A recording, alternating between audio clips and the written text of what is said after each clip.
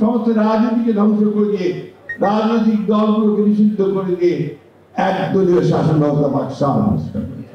আওয়ামী লীগকে আমাদের চিনে রাখতে হবে যে সেই আওয়ামী লীগ যে স্বাধীনতার পরে পরেই আমাদের গণতন্ত্রের স্বপ্নকে ধ্বংস করেছে। এই ৩১ দফার পরে আর কোনো সংস্কার বাকি থাকে না। আমাদের বোন বাসন্তী তার লজ্জা নিবারণ করবার জন্য এক টুকরো কাপড় খুঁজে পায় না।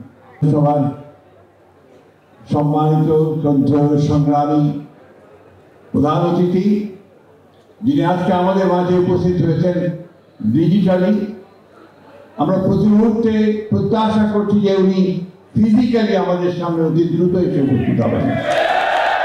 আমাদের নেতা, আমাদের পথ প্রদর্শক, আমাদের ভারপ্রাপ্ত চেয়ারম্যান জনাব তারেক রহমান মঞ্চে উপস্থিত আছেন, আমাদের শ্রদ্ধেয় জাতীয় ইস্তেকবাদী সদস্যবৃন্দ।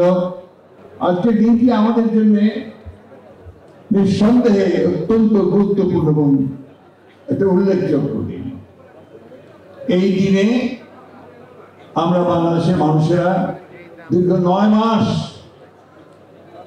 আমাদের দলের প্রতিষ্ঠাতা বাংলাদেশের স্বাধীনতার ঘোষক শহীদ জিয়া রহমানের ঘোষণার মধ্য দিয়ে যে যুদ্ধ শুরু করেছিলাম, সেই যুদ্ধের শেষ পরিণতি হিসাবে আমরা এই দিনে অর্থাৎ আগামীকাল আমরা বাংলাদেশের যে পতাকা, সেই পতাকা আমরা ঢাকা থেকে শুরু করে টেকনাফ থেকে শুরু করে আমরা সেই পতাকা উড়িয়ে দিয়েছিলাম, স্বাধীন বাংলাদেশের পতাকা। সেই পতাকা ছিল শুধুমাত্র একটা ভূখণ্ডের, নতুন ভূখণ্ডের পতাকা নয়, সেই পতাকা ছিল একটা জনগোষ্ঠীর আশা আকাঙ্ক্ষার পতাকা। আর সে আশা আকাঙ্ক্ষা ছিল এই মানুষের তাদের বেঁচে থাকার আকাঙ্ক্ষা, তাদের নিজেদের ভাগ্য নিজেরা পরিবর্তন করবার আকাঙ্ক্ষা, তাদের মাথা উঁচু করে দাঁড়াবার আকাঙ্ক্ষা। আমরা চোখের সামনে দেখেছি যে যারা যুদ্ধ করেছে, সংগঠন করেছে, তাদের পরিবার পরিজনকে, তাদের ভাই বোনদের ছেলেদেরকে কিভাবে সেই আওয়ামী লীগ যারা সেদিন ক্ষমতা বসেছিল স্বাধীনতার পরে পরেই, তারা সেদিন কিভাবে তাদের সমস্ত স্বপ্নকে ভেঙে চুরমার করে দিয়েছে। আমাদের চোখের সামনে দেখেছি যে সাধারণ মানুষ সেদিন না খেতে পেয়ে রাস্তায় মেয়েরা মায়েরা তারা এক মুঠো ভাতের জন্য ঘুরে বেরিয়েছে, ভাতের ফ্যানের জন্য ঘুরে বেরিয়েছে। আমার চোখের সামনে দেখেছি আমাদের বোন বাসন্তী তার লজ্জা নিবারণ করবার জন্য এক টুকরো কাপড় খুঁজে পায় না। মাছ ধরার জাল দিয়ে সে তার লজ্জা নিবারণ করেছে। আজকে অনেকেই সেই কথা ভুলে যাচ্ছে। আর যতদিন আওয়ামী লীগ ছিল তারা সে কথা ভুলেই মনেই করতে চায় না, কিন্তু আমরা সেই কথা সমস্ত রাজনীতিকে ধ্বংস করে দিয়ে, রাজনৈতিক দলগুলোকে নিষিদ্ধ করে দিয়ে একদলীয় শাসন ব্যবস্থা পাকিস্তান আবিষ্কার করেছে। আওয়ামী লীগকে আমাদের চিনে রাখতে হবে যে সেই আওয়ামী লীগ যে স্বাধীনতার পরে পরেই আমাদের গণতন্ত্রের স্বপ্নকে ধ্বংস করেছে। এটা বারবার মনে রাখতে হবে। 17 সালে তিনি প্রথম ভিশন 2030 করে সংস্কার নিয়ে এসেছিলেন।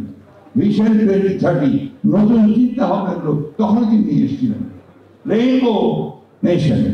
আর আবারও আমাদের নেতা আজকে যিনি আমাদের এখানে বসে আছেন সামনে, তার নেতৃত্বে, তার নির্দেশে আমরা 31 দফা কর্মসূচি আমরা জাতির সামনে তুলে ধরেছি।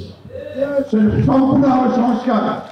এই 31 দফার পরে আর কোনো সংস্কার বাকি থাকে না, সব দিক নেওয়া হয়েছে। নির্বাচন কমিশন, আমরা বলেছি যে আপনার নির্বাচন কমিশনে সেই বিষয়গুলি আসা উচিত নির্বাচন সংস্কার হিসেবে, যে যেন পার্মানেন্ট একটা পদ, একটা চিরস্থায়ী পদ পাওয়া যায়, যেখানে আমরা ধীরে কোনো গোলযোগ ছাড়াই আমরা নির্বাচন অনুষ্ঠিত করতে পারবো, একটা সিস্টেম এভলভ করতে পারবো, যে সিস্টেমটা আমাদেরকে পিসফুল ট্রান্সফার অফ পাওয়ার দেবে। সেটা আমরা বলেছি। আমরা বলেছি পার্লামেন্টে কে দ্বিকক্ষবিষ্ট করার জন্য, এককেন্দ্রিক না করার জন্য।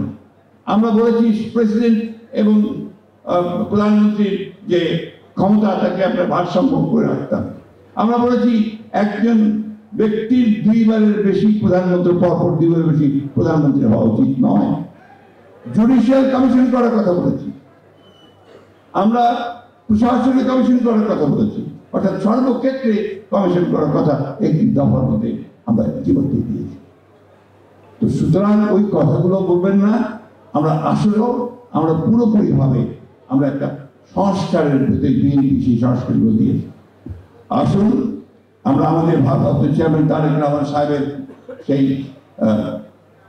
যুগান্তকারী 31 দফা, সেই 31 দফা কর্মসূচিকে আমরা সামনে এগিয়ে নিয়ে যাই।